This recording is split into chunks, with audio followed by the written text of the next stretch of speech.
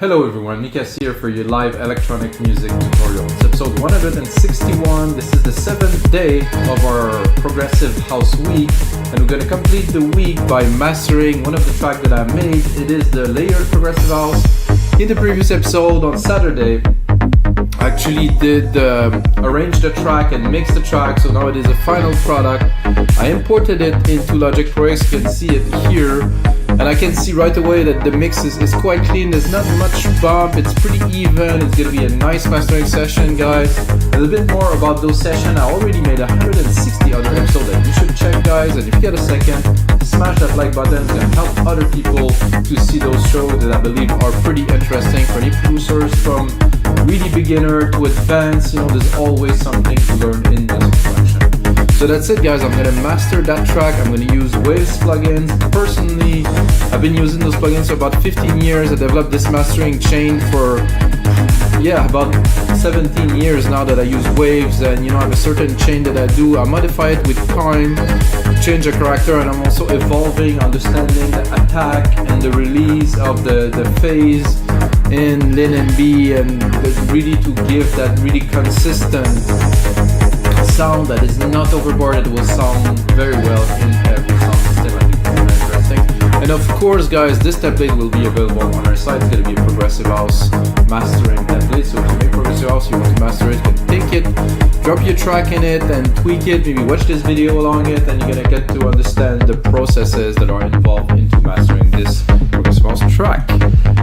So I do master in headphones because I cannot have the speakers on because I have the mic, obviously. If you guys understand this principle, it's a good start. I do have very reliable ears. Those headphones I used for many years. Actually, it's the second pair of these, so I can count in here 7 years that I use those headphones.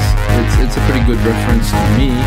I also have my analyzer there that gives me like a really good overview of what is happening in the frequency. And what I'm looking for this type of track is punch. I want it to be punchy, I want the kick to be there, I still want it to be compressed and contained and loud, of course, because if we're competing with the beatport other tracks and stuff. And by the way, guys, I will also release this track before. I haven't found a name yet, but it will be out and I will let you know in another episode. Let's get started, guys. Let's have a bit of a listen. It is completely flat. Absolutely no compression on the out. I keep them super clean. You can see the loudness here. I have a lot of headroom.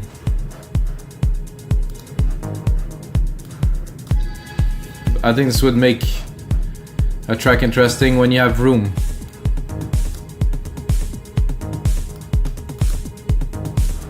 Very good. It definitely needs some mastering. I like that it's open, that the drums are really present and powerful, so we're gonna have room to play with here. While compressing them and containing them, we're still gonna keep this punch. Let's just go to the bass. There's a good amount of air in it, it's clean.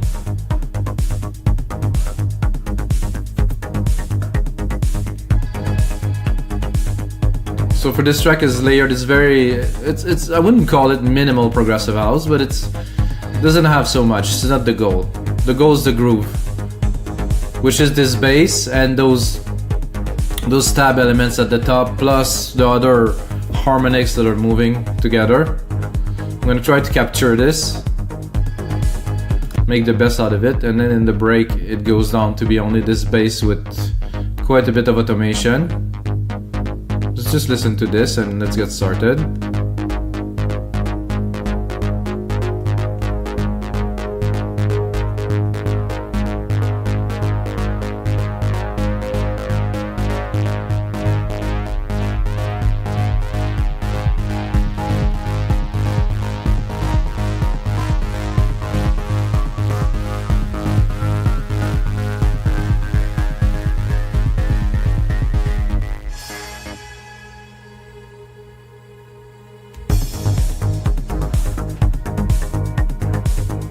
Coming back nicely after the break. This is nice. Okay, so first I'm gonna go into this, which is just a summing EQ, so I'm putting it on to literally raise the volume.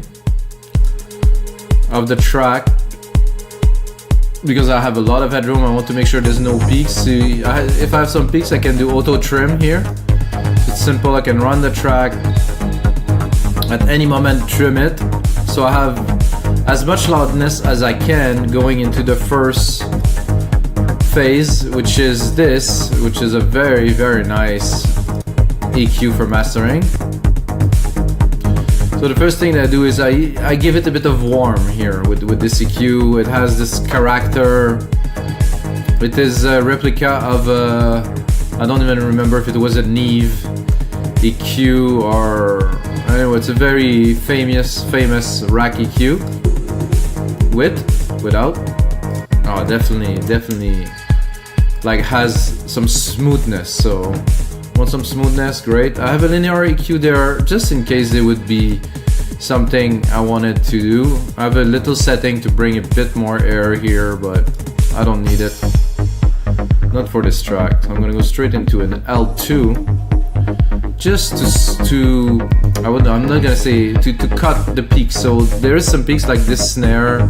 There's some peaks that I just want to diminish a little bit before I go into my multiphase, so the multiphase won't have to work as hard. Oh, here, I got a little bit of a peak. This is the process of attenuating, limiting, maximizing, and compressing a little bit at the time.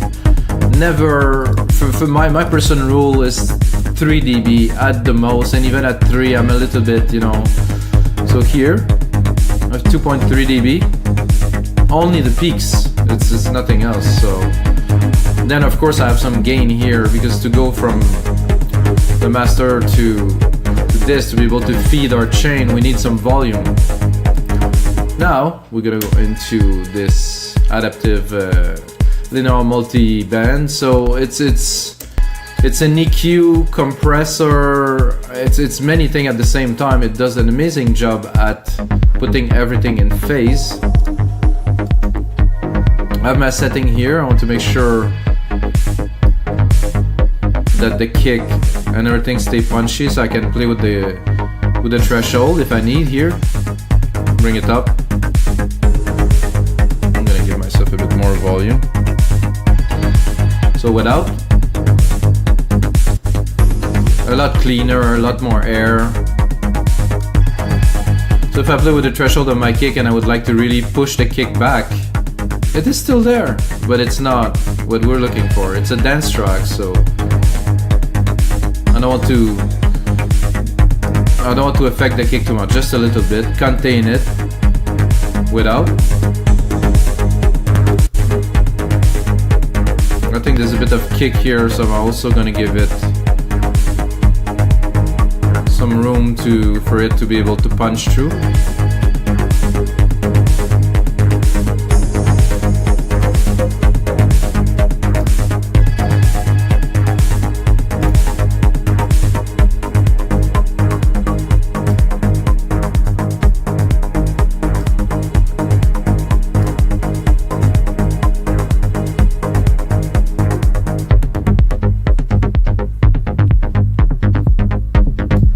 Dirty, that bass, I like it. It's a bit old school, it has some grit. I know on a big sound system, oof, that would shake people.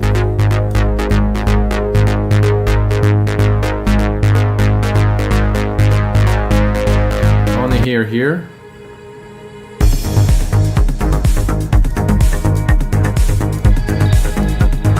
Very clean, I like it. Then we're going into an API where I'm really gonna go very little without.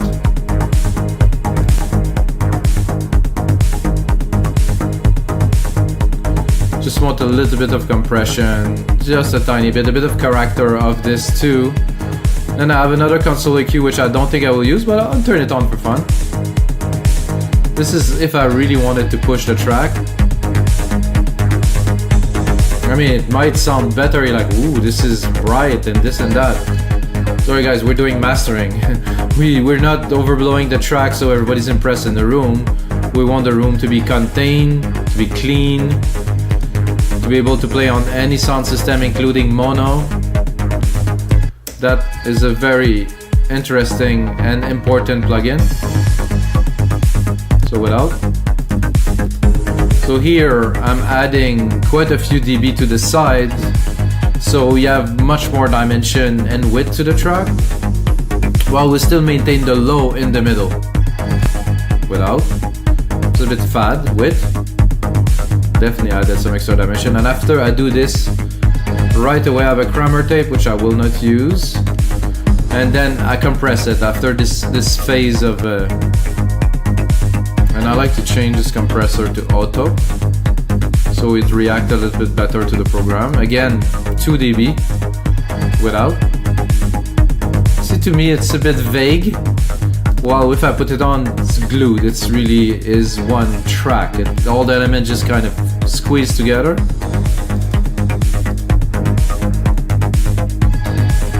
After this, we're going into our second LinMB, which is a bit crazy. But if it's used properly, it works. It is a completely different attack and release. So give a completely different character. For me, this is containment. This is to make sure that the track will play well, as much on a little earbud as on a big speaker, as on a live PA. Oops. Let's make sure we preserve our loudness again. We're not so loud yet. We're still gonna have room to use the...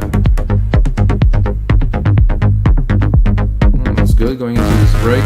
Let's go into the build.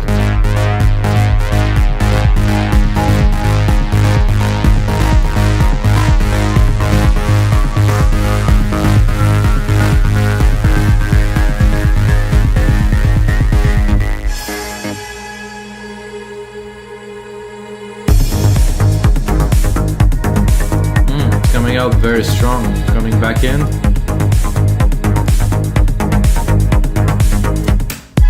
Very nice, the intro. Oh, the kick. Without? Nah, much more focus. This is what's up. We still have some room here. Gonna go into the very final stage of this mastering chain, guys. Right here. L316, put it up like this, put it minus 0.2 because this is where we want it to be at the end, and then actually no, I put this one at 0, turn it on, doesn't affect the sound just yet, and then bring it down until you have signal loss. At least waves say this, so I already heard it in the low end. So, and what do I want? I want maybe 4 dB, not much more. So let's bring it up, guys. Oh, sorry, I've done the wrong move. 3.8 here, and then out ceiling here. So we're on. So I think we're still in the safe zone for iTunes, mastered for iTunes. Minus 12 here. I think it's gonna go up a little bit more here. Minus 9, still good. It's not overly super extra loud. We could bring it down a little bit. Down that mean up, because the more we affect it, and you can look at it, it doesn't do so much work at all, which is great. That means that the track was well produced, was well put together, there's nothing exceeding the frequency.